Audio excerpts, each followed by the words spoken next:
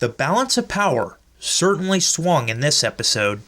Hey everyone, Templar74 here with another Yu-Gi-Oh video, and today's Yu-Gi-Oh video is going to be my thoughts and impressions regarding the latest episode of Yu-Gi-Oh VRAINS, episode 80, Bounty Hunter's Duty. I gotta be honest with you guys, I said a couple weeks ago in the last big episode with Blood Shepherd that I really felt bad for the guy. After this episode, I really feel bad for the guy. But yeah, this episode, it was one of those weird episodes where it looked like Blood Shepherd was going to win. You were really rooting for him. He was doing fantastic, and then, yeah, the inevitable happened. He lost kind of like I thought he would. Spoiler alert, by the way. But overall, the episode was really well done, and it really left you feeling for Blood Shepherd by the time it was all said and done. But we'll talk about all that soon enough, so without further ado, let's move on to the actual episode. So the episode begins where we left off last week, or a flashback of last week's episode, and we continue on the duel. Blood Shepherd is able to knock Lightning into a corner with constant direct attacks, and yeah, he's pretty much knocked Lightning down to like 1,200 life points at this point, so Blood Shepherd has an overwhelming advantage over Lightning from all it appears to be at this point. And before Blood Shepherd ends his turn, he activates a magic card called Drone Unity, and basically what this does is it allows Battle Drone General, if it's attacked, it's able to gain the attack points of all the other drones on the field. So essentially, in order for Lightning to attack and destroy Battle Drone General, he would need a 3,600 attack point monster, which he currently does not have. But Lightning then begins his turn, and he activates a magic card called Armistice Lux, and what it does is it allows Judgment Arrows to return to his deck and allows him to special summon. So Judgment Arrows back in the deck. This is very troublesome, very worrying to everybody. But yeah, Lightning continues on by Link summoning Link 3 Armistice Ligio Ligatus Liganus.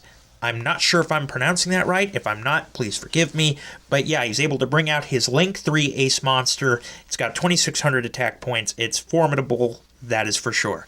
And then Blood Shepherd makes his next turn, and he's able to Synchro Summon Command Drone Double Sniper, and he tries to attack his monsters, i.e. Lightning's monsters, but it fails because basically Lightning's combination means that Blood Shepherd can only attack Kenterian, and of course it's got a troublesome effect of its own, whereas the monsters that's linked to it can give Kenterian a different effect. So say Lightning tributes one monster on one link, he's able to increase his attack points. If he tributes the other one on the other link, he's able to negate the destruction or negate damage or whatever. That's essentially the combination. I'm paraphrasing some of these effects, but that's essentially the combination here. So yeah, this is very troublesome.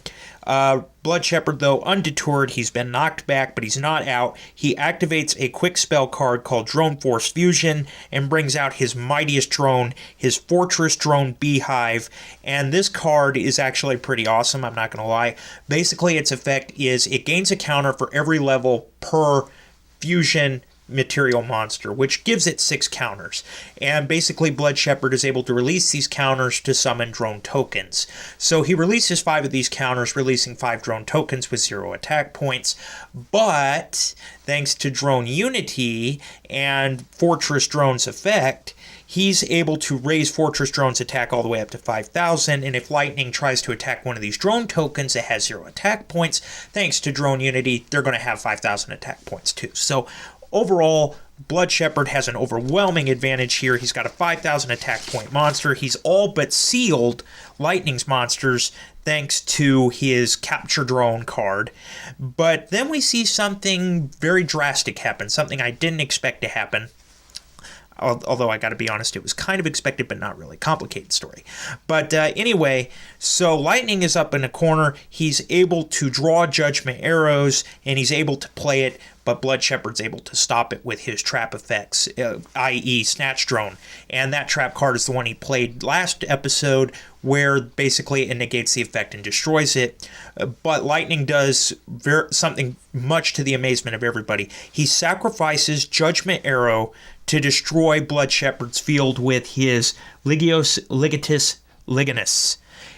Basically, this effect means once Judgment Arrows is destroyed, he's able to destroy every card on Blood Shepherd's field.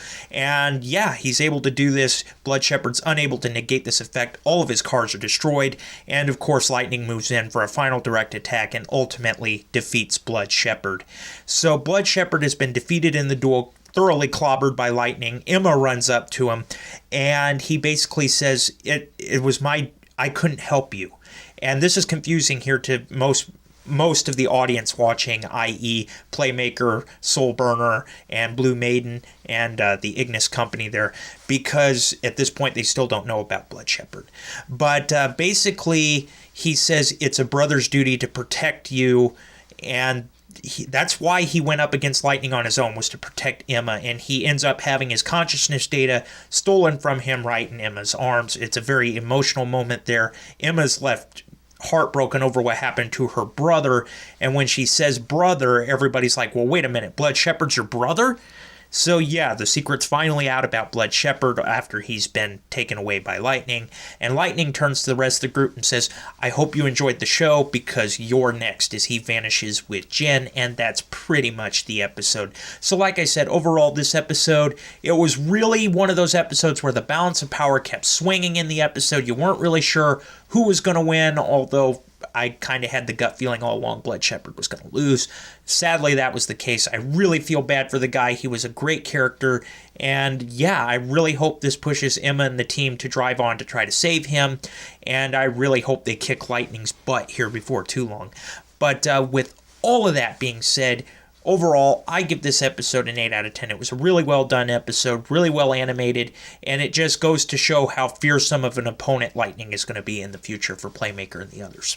But with that being said, overall, I was thoroughly impressed with the episode, but as always, in the comments section down below, let me know what you guys thought about this week's episode. Did you love it? Did you hate it? Did you think it was just there? What were your thoughts?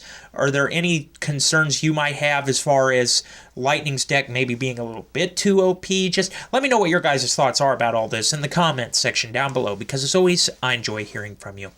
Alright everyone, as always, Templar74 signing off. Have a great day everybody, and I'll talk to you all next time.